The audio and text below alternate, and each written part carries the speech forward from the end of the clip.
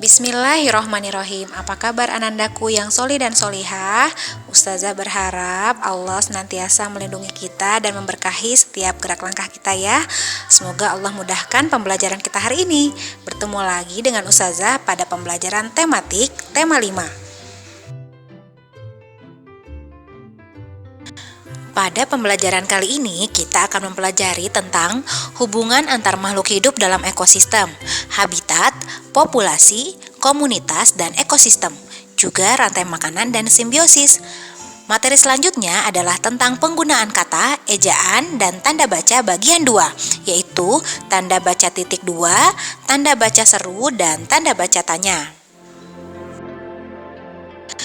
Dan tolong menolonglah kamu dalam mengerjakan kebajikan dan takwa, dan jangan tolong menolong dalam berbuat dosa dan permusuhan. Bertakwalah kepada Allah, sungguh Allah sangat berat siksaannya. Quran Surat Al-Ma'idah ayat 2. Pada ayat ini, Allah menjelaskan bahwa setiap makhluk Allah wajib tolong menolong dan saling bantu-membantu, sama seperti pada ekosistem kita, saling berhubungan antara makhluk hidup. Makhluk hidup harus saling berhubungan satu sama lain. Makhluk hidup juga berhubungan erat dengan benda tak hidup. Bentuk hubungannya bermacam-macam, namun semuanya memiliki tujuan yang sama, yaitu untuk bertahan hidup dan mencapai keseimbangan. Makhluk hidup akan mampu bertahan hidup jika keseimbangan lingkungan hidupnya terjaga. Habitat. Habitat adalah tempat tinggal makhluk hidup untuk melakukan pertumbuhan dan perkembangan. Contoh habitat antara lain gurun, danau, sungai, laut, padang rumput, dan sawah. Misalnya, habitat sapi dan kucing adalah di darat, sedangkan habitat teratai dan eceng gondok adalah di air. Komponen-komponen pembentuk ekosistem terdiri dari komponen hidup atau biotik dan komponen tak hidup atau abiotik. Komponen biotik terdiri dari manusia, hewan, dan tumbuhan. Komponen abiotik terdiri dari udara, tanah, cahaya, dan suhu. Di dalam ekosistem, interaksi antara komponen biotik dengan komponen abiotik akan membentuk keseimbangan alam. Ekosistem akan seimbang apabila komposisi penyusun ekosistem tersebut seimbang, akan tetapi bukan berarti jumlahnya sama. Misalnya, pada waktu musim hujan, jumlah rumput atau produsen di suatu padang rumput meningkat, sehingga dapat mencukupi kebutuhan makanan populasi rusa. Ketika musim kemarau, jumlah rumput berkurang, sehingga menyebabkan jumlah rusa juga menurun. Apabila perubahan komposisi itu terjadi secara seimbang dari waktu ke waktu, maka ekosistem itu dikatakan seimbang dan dapat bertahan lama. Selanjutnya, kita akan membahas individu, populasi, komunitas, dan ekosistem. Individu merupakan makhluk hidup tunggal, contohnya seekor kucing dan seorang manusia. Sedangkan populasi dibentuk dari sekumpulan individu sejenis yang hidup di wilayah dan waktu yang sama. Contohnya, populasi semut di batang pohon. Jika jumlah salah satu populasi dalam suatu lingkungan berubah, akan mempengaruhi populasi lain di lingkungan tersebut. Contohnya, jika populasi ular di sawah menurun, populasi tikus akan meningkat karena pemangsanya berkurang. Sementara itu, populasi padi akan menurun karena jumlah pemangsanya meningkat. Komunitas. Komunitas merupakan kumpulan beberapa populasi makhluk hidup yang mendiami suatu lingkungan yang sama dan saling membutuhkan. Sebagai contoh, komunitas sawah terdiri atas populasi rumput, populasi ular, dan populasi burung. Contoh lainnya, komunitas kebun yang terdiri atas populasi tanaman pisang, populasi tikus, dan populasi katak. Ekosistem. Ekosistem merupakan hubungan timbal balik antara makhluk hidup dan lingkungannya seperti air, tanah, udara, dan batu.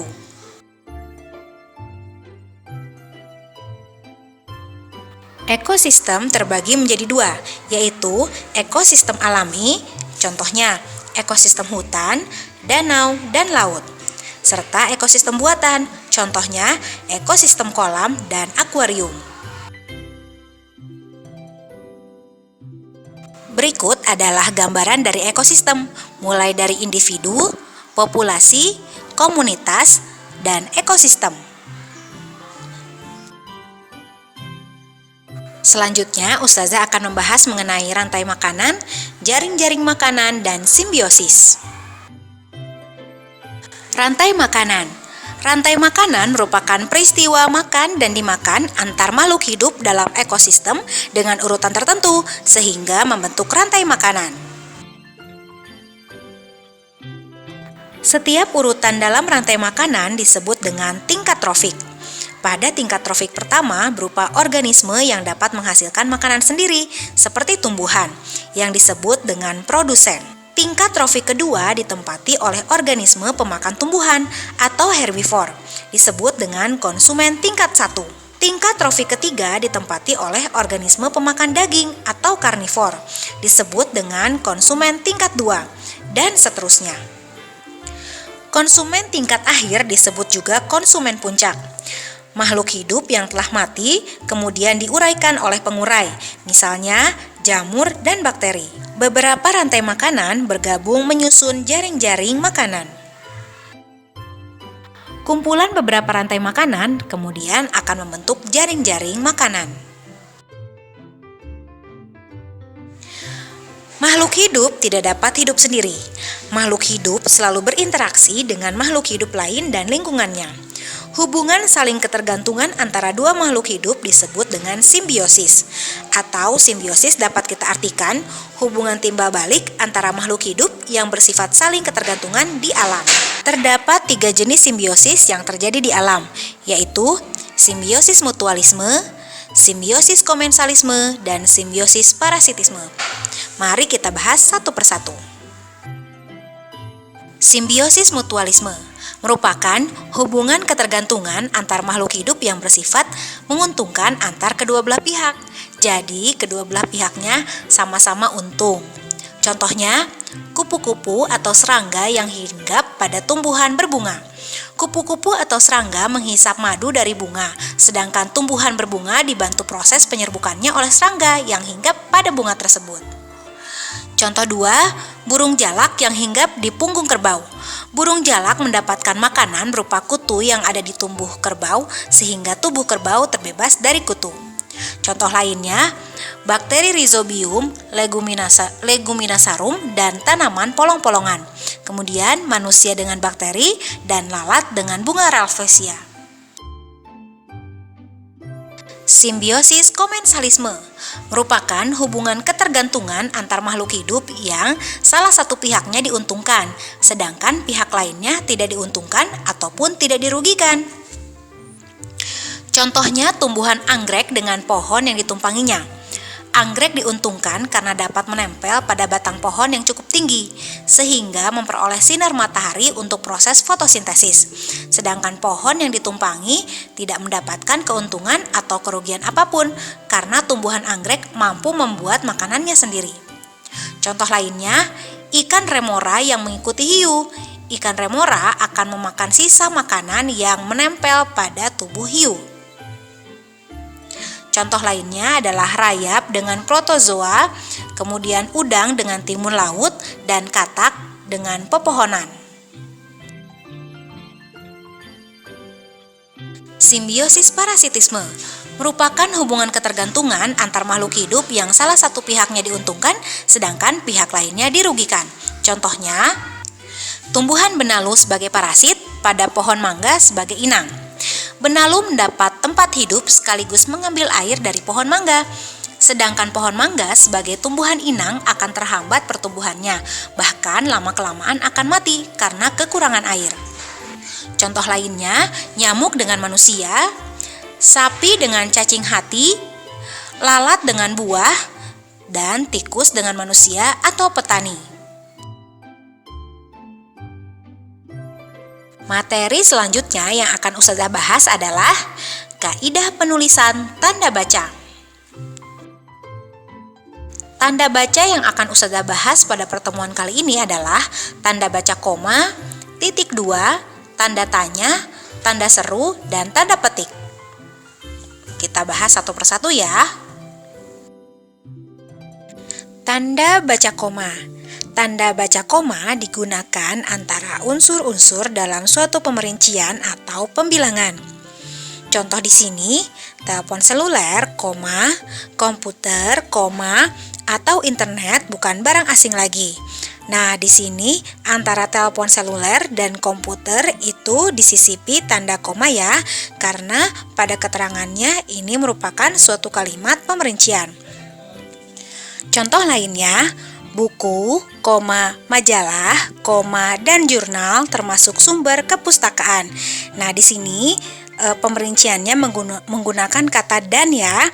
Buku, nah di sini ada tanda koma, majalah, koma, kemudian kata dan.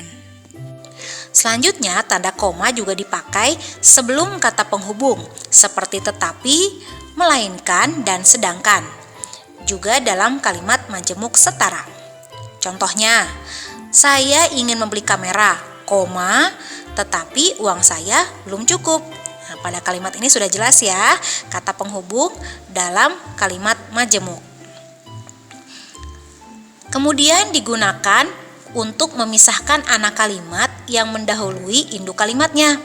Contoh kalimatnya adalah, agar memiliki wawasan yang luas, koma, kita harus banyak membaca buku. Sudah jelas ya? Kemudian, di belakang kata atau ungkapan penghubung antar kalimat, seperti oleh karena itu, jadi, dengan demikian, sehubungan dengan itu, dan meskipun demikian, itu menggunakan tanda koma. Contoh kalimatnya, mahasiswa itu rajin dan pandai. Oleh karena itu, dia memperoleh beasiswa belajar di luar negeri. Nah, di sini ada kata oleh karena itu atau kalimat oleh karena itu. Nah, setelah kata-kata oleh karena itu ada koma setelahnya ya, seperti itu.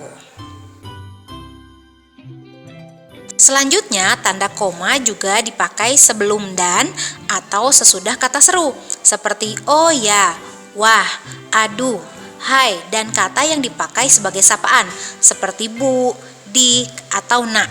Contohnya, oh begitu, nak, kapan selesai kuliahmu? Nah, itu sudah jelas ya, Ustazah sudah memberi tanda merah pada tanda baca komanya setelah kata o dan setelah kata nak. Selanjutnya, tanda baca koma juga memisahkan petikan langsung dari bagian lain dalam kalimat. Contohnya, kata nenek saya, koma, kita harus berbagi dalam hidup ini. Nah, itu ya, sebelum petikan langsung diberi tanda koma ya. Tanda petik tuh ada tanda petik, itu berarti petikan langsung. Kemudian tanda koma juga dipakai sebelum angka desimal atau di antara rupiah dan sen yang dinyatakan dengan angka. Nih ya. 12,5 meter. Nah, itu ya angka desimal. Kemudian rupiah juga 750,00. Nah, 0,00 itu menunjukkan rupiah. Tanda baca koma juga dipakai di antara 1. Nama dan alamat, bagian alamat, tempat dan tanggal, serta nama tempat dan wilayah atau negeri yang ditulis berurutan. Seperti ketika kita akan menuliskan alamat ya. Kalau misalnya kita akan mengirimkan paket, menuliskan alamat, nah itu pakai tanda koma. Salah satu contohnya Ustazah bacakan ya. Saudara Abdullah, koma, Jalan Kayu Manis, nomor 3, strip 18, Kelurahan Kayu Manis, koma, Kecamatan Matraman, koma, Jakarta 13130. Nah, seperti itu ya, itu di antara nama dan alamat itu diberi tanda koma. Kemudian contoh lainnya, Surabaya, koma, 10 Mei 1960, seperti itu ya. Kemudian digunakan juga untuk memisahkan bagian nama yang dibalik susunannya dalam daftar pustaka. Contohnya Gunawan, Ilham. Jadi sebetulnya namanya Ilham Gunawan. Tapi ini karena ditulis dalam daftar pustaka maka namanya dibalik dan diberikan tanda koma menjadi Gunawan, Ilham. Seperti itu. Kemudian juga dipakai di antara nama orang dan singkatan gelar akademis yang mengikutinya untuk membedakan dari singkatan nama diri, keluarga, atau marga. Contohnya, B. Ratulangi, SE. SE di sini bukan singkatan nama, akan tetapi singkatan dari gelar sarjana hukum. Ya, jadi sebelum gelar itu diberikan tanda koma. Atau contoh lainnya, Siti Aminah, SH, MH, seperti itu ya. Kemudian dipakai juga untuk mengapit keterangan tambahan atau keterangan aposisi. Contohnya nih, di daerah kami, misalnya, masih banyak bahan tambang yang belum diolah. Itu kan ada keterangan tambahan sehingga harus dibubuhi tanda koma. Atau semua siswa, nah kan ada keterangan tambahan ya, siswanya siswa apa? Baik laki-laki maupun perempuan. Nah itu kan ada keterangan di tengah-tengah, maka dari itu keterangan itu diapit dengan tanda koma, harus mengikuti latihan paduan suara. Kemudian digunakan di belakang keterangan atau terdapat pada awal kalimat untuk menghindari salah baca atau salah pengertian. Contohnya, atas perhatian saudara, kami ucapkan terima kasih. Agar tidak salah paham, bukan atas perhatian saudara kami. Nah, itu kan salah paham jadinya ya, saudara kami, harusnya atas perhatian saudara, kami ucapkan terima kasih. Seperti itu.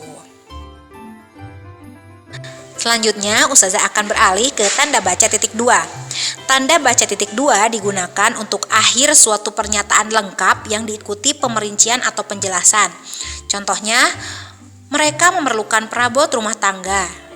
Titik 2, kursi, meja, dan lemari. Sudah paham ya? Kemudian digunakan juga sesudah kata atau ungkapan yang memerlukan pemerian atau keterangan. Contohnya, ketua titik 2 Ahmad Wijaya, sekretaris titik 2 Siti Aryani, bendahara titik 2 Aulia Arimbi. Jadi untuk menunjukkan keterangan. Kemudian dipakai juga untuk naskah drama sesudah kata yang menunjukkan pelaku. Contoh, ibu titik 2 bawa koper ini nak. Nah itu menunjukkan bahwa naskah ibu itu yang dibaca adalah apa gitu ya.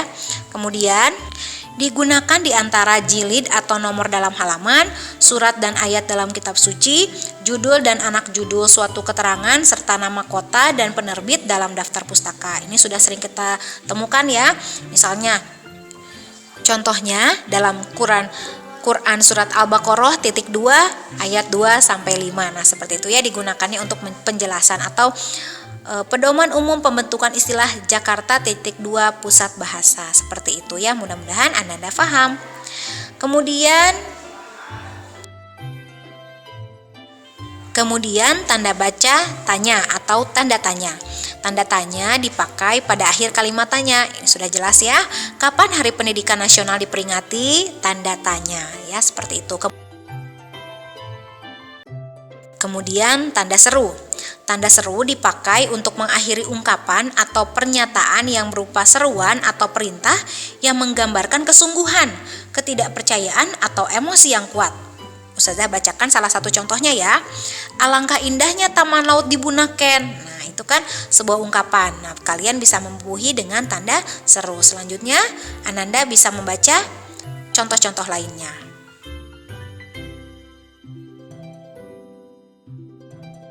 Kemudian tanda petik. Tanda petik digunakan untuk mengapit petikan langsung yang berasal dari pembicaraan, naskah atau bahan tertulis lainnya. Jadi tanda petik ini digunakan untuk petikan langsung atau ucapan langsung. Contohnya, merdeka atau mati, seru Bung Tomo dalam pidatonya. Jadi itu kan merdeka atau mati ini ucapan Bung Tomo secara langsung. Maka dari itu diberikan tanda petik ya. Selanjutnya Anda bisa baca contoh lainnya. Kemudian digunakan untuk mengapit istilah ilmiah yang kurang dikenal atau kata yang mempunyai arti khusus. Contohnya, tetikus komputer ini sudah tidak berfungsi. Nah ya, tetikus itu kan punya arti khusus ya. Kemudian dilarang memberikan amplop kepada petugas.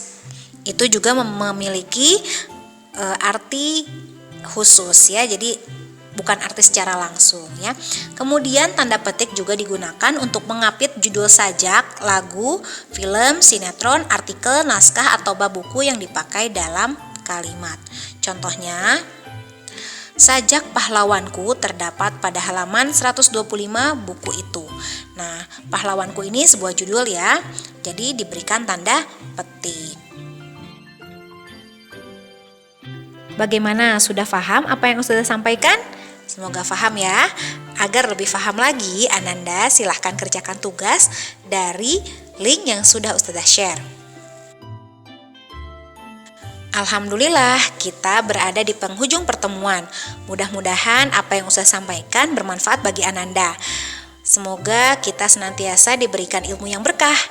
Amin ya robbal alamin. Sampai bertemu lagi di pertemuan selanjutnya ya. Alhamdulillahirabbil alamin. Wassalamualaikum warahmatullahi wabarakatuh. Terima kasih Anandaku yang solih dan solihah.